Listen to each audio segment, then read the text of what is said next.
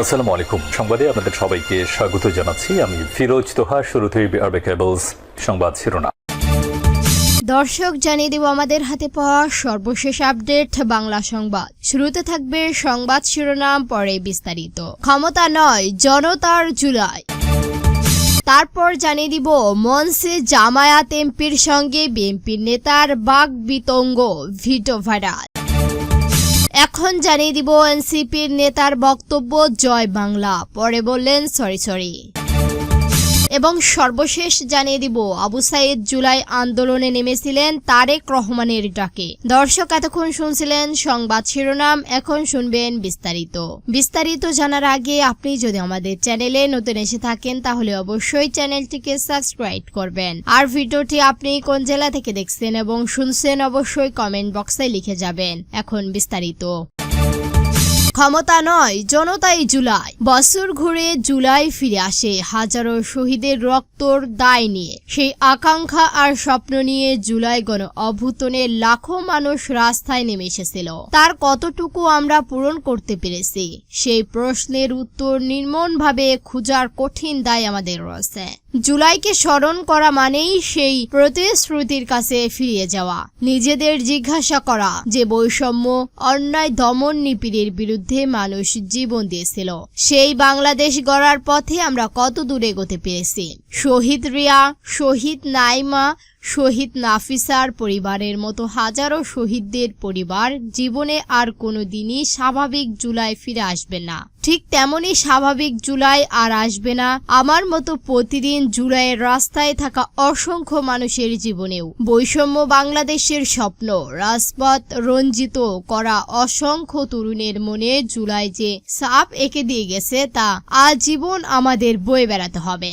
জুলাই আমাদের প্রজন্ম শুধু সাহসের অক্ষয় নয়, আমাদের অসমাপ্ত দায়িত্ব পূরণ করার দলিল বটে। চেক লেখক মিলন কুমার লিখেছিলেন, ক্ষমতার বিরুদ্ধে মানুষের সংগ্রাম মূলত বিস্তৃত বিরুদ্ধে স্মৃতির সংগ্রাম। প্রতিটি গণ অভ্যুত্থানের পর ইতিহাস নিয়ে নতুন লড়াই শুরু হয়। কে নেতৃত্ব দিয়েছিলেন, কে সবচেয়ে বড় ভূমিকা রেখেছিলেন, কার অবদান বেশি ছিল, সেই বিতর্ক সামনে চলে আসে। কিন্তু এই বিতর্ক ভিড়েই হারিয়ে যায় সাধারণ মানুষের গল্প। ইতিহাস কেবল বড় ঘটনাকেই মনে রাখে। ইতিহাসে নায়কের খেতাব পেয়ে যায় সেই মানুষরাই যাদের সময়ের সঙ্গে নিজেদের সেই ঘটনার প্রধান কুশীবল হিসেবে প্রতিষ্ঠিত করতে পারে। অথচ জুলাই আন্দোলনের একজন সংগঠক হিসেবে আমি জানি, কোনো গণ অভ্যুত্থান একদিনে তৈরি হয় না। ছোট ছোট সিদ্ধান্ত, অগণিতি নামহীন মানুষের সাহস, অসংখ্য অচেনা মুখ, সহিংস মিলেই একটি গণ অভ্যুত্থানের জন্ম নেয়। সেই ইতিহাস যদি আমরা লিখি বা নাও লিখি, বা মনে রাখতে চাই বা নাই রাখতে চাই, যখন এই দিনটা চলে আসে তখন ঠিকই মনে পড়ে সেই জুলাইয়ের কথা। মঞ্চে জামায়াত এমপির সঙ্গে বিএনপি নেতার অববিগন্ত ভিডিও ভাইরাল। ঐশ্বর দিতে জুলাই শহীদ দিবসের আলোচনার সভায় পাবনা ৪ আসনের সংসদ সদস্য অধ্যাপক আবু তালেব মণ্ডলের সঙ্গে বিএনপি নেতা আনোয়ার হোসেন জনির বাকবিতণ্ড ঘটনাই ঘটছে।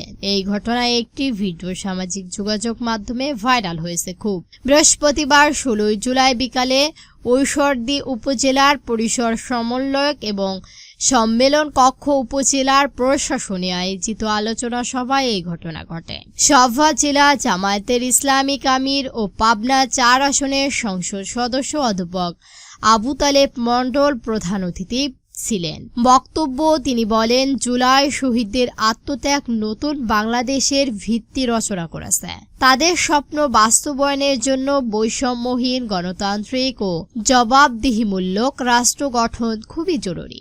বক্তব্যের এক পর্যায়ে তিনি গণভোট ও জুলাই সনদের প্রসঙ্গে টেনে বলেন, জুলাই চেতনা বাস্তবায়ন লক্ষ্য গণভোট অনুষ্ঠিত হয়েছিল। সংবিধান সংস্কার ও জুলাই সনদ বাস্তবায়নের প্রশ্নভিত্তিক রাজনীতিকর দল ঐকমত্য মতে পৌঁছেছিল, কিন্তু বিএনপি এখনো গণভোটের বিষয়ে শপথ গ্রহণ করেননি।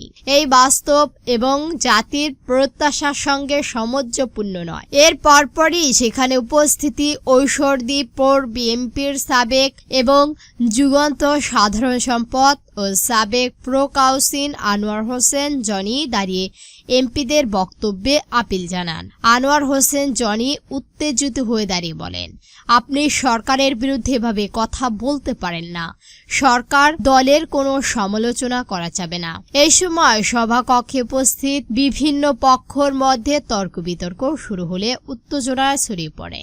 পরিস্থিতি নিয়ন্ত্রণে আনতে উপজেলা নির্বাহী কর্মকর্তা ইউএনও হাসান মোহাম্মদ সোহরাব ও থানার ওসি আসাদুর রহমান তৎক্ষণিক দাঁড়িয়ে বিএনপি নেতা প্রতিক্রিয়া করার চেষ্টা করেন। পরে পরিবেশ শান্ত হয় এবং অনুষ্ঠান পুনরায় স্বাভাবিকভাবে চলতে থাকে। পরে তারা দুজন কোলাকুলি করে সবকিছু স্বাভাবিক করে নেন।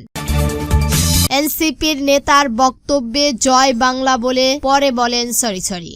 জুলাই পথযাত্রার কর্মসূচিতে গাইবান্ধার সাদুল্লাপুরের জাতীয় নাগরিক কমিটির এনসিপি সমাবেশ অনুষ্ঠিত হয়েছিল।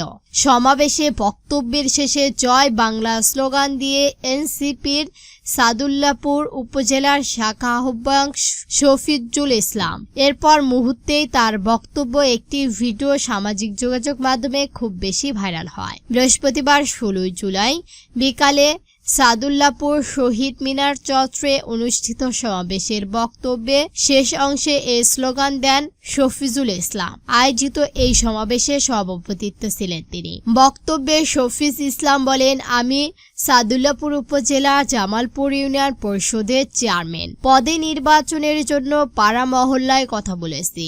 আমি অন্তত সাড়া পাচ্ছি। যদি জামালপুর ইউনিয়নের মানুষ একটু সহযোগিতা করে আমাকে হয়তো ঠেকাতে পারবে না কেউ, ইনশাআল্লাহ। এই আশা রেখেই বক্তব্য শেষ করছি। জয় বাংলা।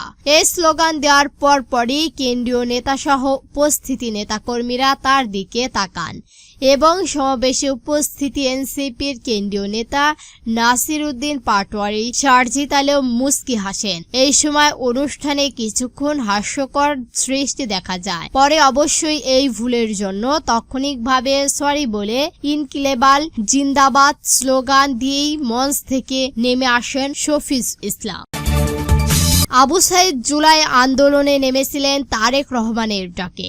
জাতীয়বাদী ছাত্রদলের কেন্দ্রীয় সভাপতি রাকিবুল ইসলাম রাকিব বলেন, আবু সাইদ তারেক রহমানের ডাকে জুলাই আন্দোলনে নেমেছিলেন। আবু সাইদ ফ্যাসিবাদী আমলে বিএনপির ডাকা কর্মসূচি অংশগ্রহণ করতে এবং সেগুলো নিজের ফেসবুকে পোস্ট করতেন।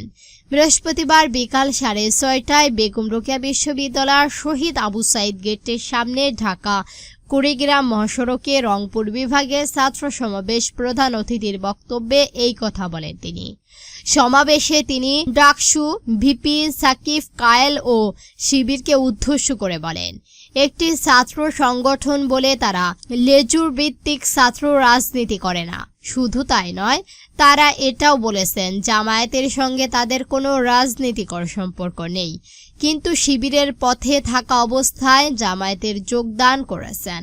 তারা যুগে যুগে এই ধরনের মুনাফিক করে যাচ্ছেন, কিন্তু আমরা ছাত্রদল শত শত প্রতিকূলতা ও অপপ্রচারের মাধ্যমেও তারেক রহমানের বিনীয় আচরণের বুকে ধারণা করে দেশ গড়ার কাজে মনোবেশ করে যাচ্ছি। ছাত্রদল সভাপতি বলেন, বাংলাদেশ ছাত্রদল নেতৃত্ববৃন্দ নিউটেক কাজ করে যেতে হবে। তারেক রহমান সরকার 5 মাস অতিবাহিত করেছে। এই 5 মাস জনগণের দেওয়া প্রতিশ্রুতি রক্ষা করার জন্য তারা দিন রাত পরিশ্রম করে যাচ্ছেন। দর্শক, আজকে সংবাদ ছিল পর্যন্তই। ভিডিওটি ভালো লাগলে অবশ্যই একটি লাইক দিবেন আর এরকম নতুন নতুন নিউজ পেতে আমাদের চ্যানেলটাকে সাবস্ক্রাইব করে আমাদের সঙ্গে থাকবেন। ভিডিওটি সম্পূর্ণ দেখার জন্য ধন্যবাদ।